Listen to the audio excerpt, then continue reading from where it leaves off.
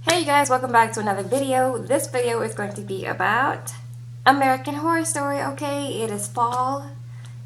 Fall has begun, and that means American Horror Story has begun as well, okay? Another rendition of something crazy, because we can always expect that from American Horror Story. So, I missed the first season. I didn't do a review on it, but I decided to do it on episode 2. So, this is American Horror Story 1984, okay? And it is basically like an 80s slasher type of vibe to this one. It's like a camp slasher 80s. Okay, fill in the blank, okay? It seems like I was like, when I first heard about it, I was like, I don't know, right? And even seeing like the little like pictures, like the stills from the season, I'm like, I don't know. But okay, let's get into it. Okay, I'm not exactly sure how I feel right now. So even after episode 2, so we'll just get into reviewing it. So I'll give like a little recap of episode 1, just so we can get like introduced to the characters and stuff. Okay. So, like I said, basically this is like set in the 80s. I don't know what exact year it is. I probably missed it, but set in the 80s. It has like the 80s horror film vibe, like the Scream. Was Scream in the 80s? Ooh, I don't know. But it's like that type of vibe. Like, oh my gosh, hey guys, new girl in town. Hey, like, what's up, girl? You want to be our friend? It's like that type of vibe, okay? So that's what we're getting right away. We open up in like an aerobics. They're like aerobics class, and all of our characters are in there. We got Xavier. He is the aerobics instructor, and they're all basically like actors who are like in and out of work in LA, okay? Typical LA scene, okay? He says he's like a serious actor, okay? He don't be doing commercials or whatever. He does serious work, okay? And I'm like, okay, Xavier. But y'all know he was the Antichrist last season. So I love me some Cody Fern, okay? He is so good. So I hope he gives it to me this season as well. Then we have the main character, who is Brooke. Okay, Brooke is the little sweet innocent girl who comes into LA, doesn't know anything about anything or whatever, and is learning, as she goes. And we see that she has like a dark history though, but we'll get to that. Next we have Montana, who is played by Billy Lord. Montana is the typical like ditzy blonde, like, probably does a little drugs on the side type of girl or whatever. And yeah, Billy Lord, of course. I love Billy Lord.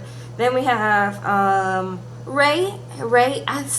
He plays in something that I don't watch, but I'm happy to have him and his haircut this season, okay? Then we have Chet, who I love, Gus Kenworthy, okay, because I like watching X Games and stuff like that. So he is a professional skier in real life. So yes, so I'm glad he's doing acting now. Has he been in anything else, like as far as like being an actor? Like, this is my first time seeing him acting. So yeah, I'm happy to see like what he brings this episode. So he is Chet, and basically he was supposed to be in the Olympics but got disqualified because he was on them drugs or whatever. And he says he wasn't on drugs or whatever, on steroids. And so he got disqualified, and so he's just bitter. He's bitter this whole episode, okay? And is that it, I think? So yeah, basically what happens is they all, Brooke is the new girl in town. She likes, Chet. I'm gonna mess up all these names, okay? Because they're all random.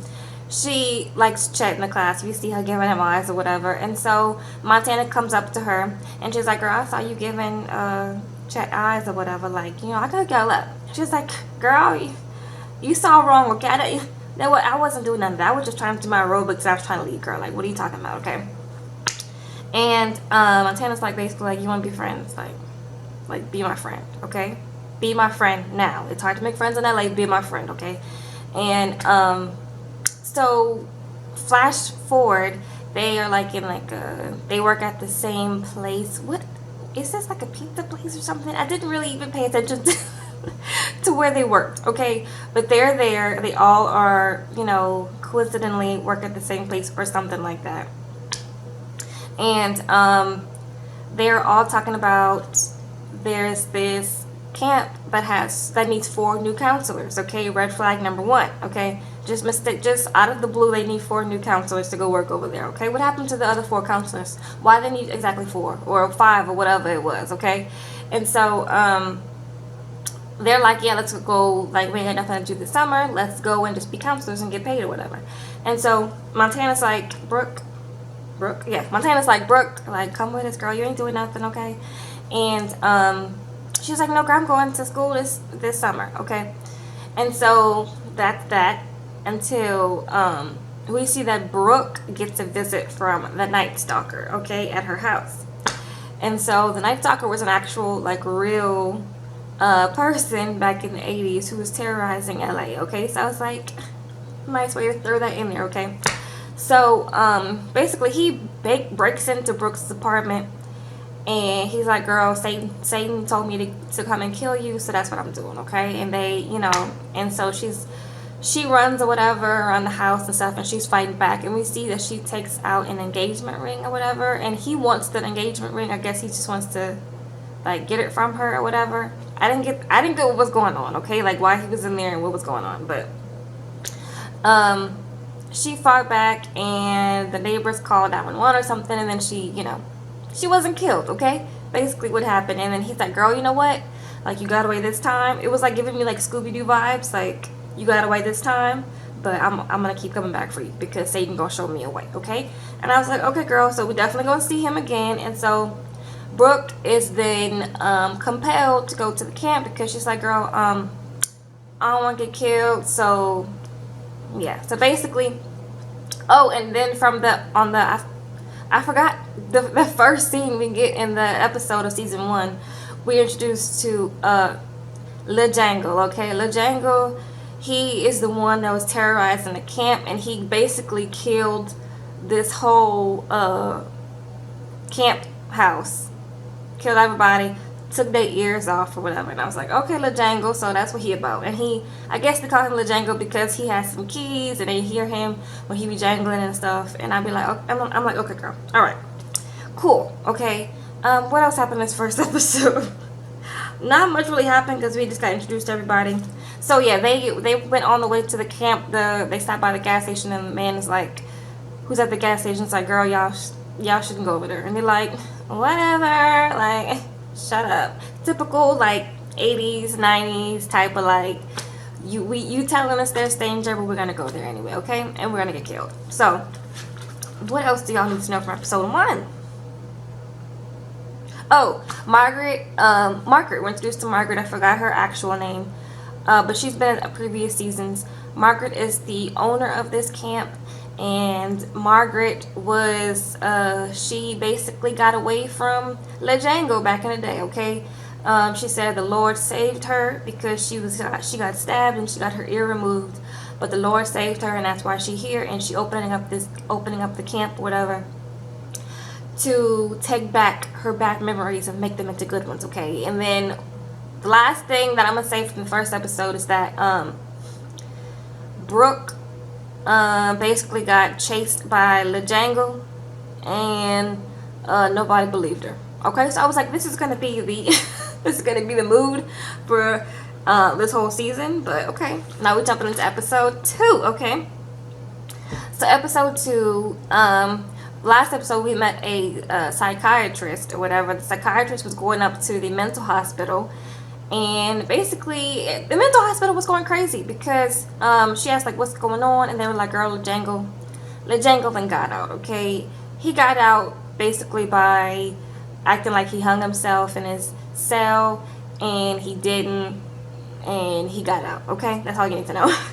And so the psychiatrist is going to go to the camp because she knows that Margaret, the one who got away from LeJangle, that he might want to go over there and, you know, finish the job off, you know? So she's going over to the camp, just like, girl, you got to go. LeJangle is coming over here, and he wants you, so, you know, run, okay? And Margaret's like, girl, I'm done running. Like, you came over here for no reason. You look stupid right now because I'm not leaving. I'm not shutting down the camp, and that's not on that, okay? And the psychiatrist is like, dang, okay, girl, like, I wasted my gas coming up here, but okay. So she tries to leave, and you know, of course, typical 80s slasher film vibes. Okay, her tire bus in the middle of the woods. Okay, and she's like, "Oh my gosh, my tire bus!" And when that happens, somebody pulls up and a pickup behind her. And we're like, girl, that's Lil Django, girl. But anyways, and so I think she's like, oh my gosh, like, who is that? But she doesn't run. I'm like, girl, you know, I would have been peaced out, okay? This season would have been over. I'd have been peaced out. First of all, I wouldn't even have gone to the camp because, you know what I mean? Like, I probably would have given her a call and been like, hey, girl, Margaret, leave. Like, why did you have to go over there? Typical, like, 80s, like, all of these questions, like, they don't, 80s horror films, there were so many questions. There's so many options they could have done besides like going somewhere and gotten killed. But of course, so she's in the car, she's like, oh my gosh, let me stay in this car and see what this killer wants, okay? And so he comes up there and she's like, girl, I knew it was you, Lil Django. How did you know I was here? And he was like, girl, I followed your stupid behind. Kills her, okay? Bye, psychiatrist. It was nice to have seen you these 2 minutes, okay? And so we get back to Brooke. Brooke is still scared from, you know, when she was getting chased or whatever. They're like in the little common area. And what's her name? Montana. Montana is like trying to, like, she's like, girl, you know, I think I believe you, whatever. Like, you know, what's up? You know, we can see Montana trying to like push up on Brooke at this point. And she, you know, I'm like, okay, Montana, I see you, okay? Brooke begins to tell us that she has a history of like being like scared, being like worried or whatever because of certain things that have been happening to her. One in particular being that she was engaged to this man named Joe Kavanaugh. I was like, are y'all trying to like do a pun on Justice Kavanaugh? Or like, girl, because Joe Kavanaugh was just like what they were saying the real Kavanaugh like is. They were on their wedding day. The guy who does the vows, he was saying the vows, and you could see Joe Kavanaugh, like, they were holding hands, and he was like something was off, okay? And his best man is like, yo, man, like, just do what you gotta do. And he's like, you know what, like, I know you went into my fiance's house the other night, and you ain't leave till the morning time. And basically he was saying that Brooke was supposed to be like, they were supposed to have waited until they got married. And so he was accusing him of her, of, you know, doing the zoo or whatever. And he was like squeezing Brooke's hand or whatever. And I'm like, girl. So he was obviously like, he was beating on Brooke or whatever. Very much like abuse, okay? And so what happened was he shot the best man, he shot her daddy, the mama, and then shot himself, okay? And so left Brooke there like shook, okay? And so Brooke has had it rough, okay? So I don't know why she still got that engagement ring. You know, we saw that in the first episode when Night Stalker was going to come and get her. She still got that engagement ring like she is attached. Girl, I would have been through that away. That man tried to, like, he didn't try to kill you, but basically he killed everybody else, girl. Like, no attachment there, sis. Like, you ready that ring, okay? But anyway, she, you know, she tells Brooke that. Brooke is like, yeah, that's kind of cool. Like, And she's like, I mean, not, she tells Montana. Montana tries to, like, push up on her, like, that was a nice story, but can you? And Brooke's like, dang, girl, like, stop, get off me. Like, you know, like, anyways, Brooke is like, whatever, girl. Anyways, so we see the boys going to walk into the showers, okay? Because the girls and the boys shower at different times. The boys shower at night, the girls shower in the mornings. That's what Margaret said, okay? And so they're walking to the showers, and we already know Chet. Chet is also a counselor that they met at the camp, okay? He is the, like, what do you call that? Like the PE guy? You know what I'm talking about? I can't think of the exact name, but he's like the athletics guy. And so, Chet was talking about, like, him and Montana were hooking up in the first episode, stuff like that. And they're all saying, like, who they got, you know, as far as the girls. And So they go shower, and then Margaret turns the lights off on them. Because Margaret is crazy. We're finding out Margaret is crazy, okay? So, what else happened? So while they're in the shower, what's his name? Xavier goes and gets, like, he has to go and get something. So he gets encountered by this man, you know, in this car. He's like, get in the car. And we find out that, like, he knows him. And so he's like talking to Xavier, and he's like, you know what to call me, Xavier. You know what to call me. You know what all my boys call me. He's like, oh, hey, Daddy, what you want? And I'm like, okay. So, Daddy is the pimp, okay. Daddy begins to explain to Zay, like, hey, like, I need you to come back and do what you was doing, okay. And Zay is like, no, I'm not doing that no more. Like, I did all I had to do for you. And he was like, basically, he, like, had him doing videos and stuff like that. And Zay is like, no, I'm not gay. And he's like, no, you're gay for pay, okay? And I'm like, oh my gosh. So, Zay is like, you know what? Like, I got a new guy for you. What if I have a new guy and then you leave me alone? Like, he's at the camp. Like, I can go show you where he is. And Daddy's like, okay, like, sounds good, okay? And so he proceeds to walk Daddy over there, and there's like a little peephole in the showers, and Daddy's looking at Chet, and Daddy likes what he sees, okay? So he's mesmerized by Chet Daddy, and so, you know, Zay kind of like runs away. And so as soon as Zay runs away, we hear Jingle Jangle, and he comes up and he walks up and basically, you know, puts a knife through his skull.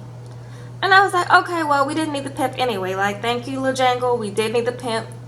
Appreciate it, okay? And so, then we get to, I think we get to Brooke next. We get to Brooke, and Brooke is still scared or whatever. And then, so I think she's by the lake or something. And basically, the Night Stalker is there. Like, he shows up at the camp. And she's like, oh my gosh, how did you find me? And so he's like, girl, Satan showed me the way. So, and she's like, okay, so let's run. So he's chasing after her, and then she's running or whatever. And they're running through the woods, and the Night Stalker runs into the hitchhiker. Okay, I forgot about the hitchhiker. In episode 1, they met a hitchhiker. Okay, and Xavier ran into the hitchhiker. Okay, they brought him to the camp. They brought him into the infirmary, okay? So he's been at the camp. So the Night Stalker runs into the hitchhiker, and he kills him. He's like, I ain't got time for this, okay? He kills him, okay? He keeps running, the Night Stalker keeps running, and he meets into the same guy, the hitchhiker, alive. No cuts, no nothing. And he's like, I just killed you. Like, what you doing here? And he's like, no, what are you doing here? Like, you're not supposed to be here. And he's like, nah, I ain't got time for this. And he, like, kills him again, okay? And so we're like, okay, what in the time travel? What in the Guardians Against the Galaxy? What is going on? What's going on? What in the Back to the Future is going on, okay? So they didn't explain that to us, so whatever. And so, then we get to Nurse Rita. Nurse Rita is a black lady. She is on Pose. I don't watch Pose or whatever, but I think I've seen her before. I think she's on Pose, okay? But she's Nurse Rita in this episode. So Nurse Rita is in the infirmary. She's, you know, playing her music. She's having a good time, okay? And then Lil Jangle comes and messes with Rita, okay? And I'm like, no, like, the only black lady y'all have on this show, and y'all gonna try to take her? Don't do it. Don't do it, okay? That's one cliche we gotta get out of. No, I want her to live, okay? And so I was worried about her. Then all the boys and the girls or whatever, for some reason they had found Pimp all together, okay? And Brooke was like, y'all, you know, the Night Stalker is trying to, he was here and he's trying to kill me. And they're like, here Brooke go with that foolishness. Like, Brooke, shut up. Okay, but they're all like convinced now because they see the pimp and he has a knife through his face, and I think his ear was taken off. So they're like, okay, Night Stalker here and Lil Jingle here. Okay, so we're gonna have to break up because like we need to get to the van. Like, no, they ran to the van, and so we see them run to the van. Okay, then we see the Night Stalker. He made it to Margaret's cabin, and he's like, girl, I'm about to kill you. Okay. And she's like, no, no, no, no, let's talk. Let's talk about this. Like, maybe you don't have to kill me, okay? Like, okay, like, do you know Jesus? And he's like, no, I don't know Jesus. And she's like, well, you know, like, why are you the way you are, okay? And he proceeds to tell us that, you know, he had a hard life. His mama used to work in a boot factory, breathing in all those chemicals and stuff like that. And he's like, that's how I came into the world. And his daddy was abusive, or his stepdaddy, one of them. And he was like, look, that's why I kill people, okay? And she's like, you know what? Why don't you serve Jesus and not kill people? And he was like, it sounds good, okay? So, like, now we're friends, okay? So they're friends. And he gives her the badge of the hitchhiker he ran into and killed. And he's like, girl, I don't know what's going on with this little man. I keep trying to kill him, you know, and he keep coming alive. So I don't know what's going on. She's like, that's Jesus, okay? And what I need you to do is I need you to kill Lil Jango for me, okay? Because he is bad. And he's like, girl, sure. Thank you for this talk. I really appreciate it. I'm on my way to go kill Jango, okay? And so they, the counselors make it to the van, but they ain't got no, basically they ran into a car because Nurse Rita pops up, and I'm like, thank goodness, Nurse Rita. Nurse Rita was like, y'all ain't leaving me, okay? Like, but they crashed the van, and they crashed into Margaret's car, so they're like, okay, we ain't got no escape, okay? And so, of course, typical, they split up, okay? They split up. One of them, a group of them goes to the infirmary, and a group of them goes to one of the cabins, okay? And Lil Jango goes to one of the, we don't know if he goes to the infirmary or the cabin, and the Night Stalker goes to one of the, either infirmary or the cabin. And the episode ends where we see them in the cabin in the infirmary, and they got people, either Jango or Night Stalker, banging on the doors. And I was like, okay, like, the first episode and the second episode, I'm like, I don't know, y'all. I'm really trying to get into it, but I'm like, it's gotta pick up a lot more for me. Even like going through and trying to review it, I'm like, I kind of had blanks because I was like a little bored.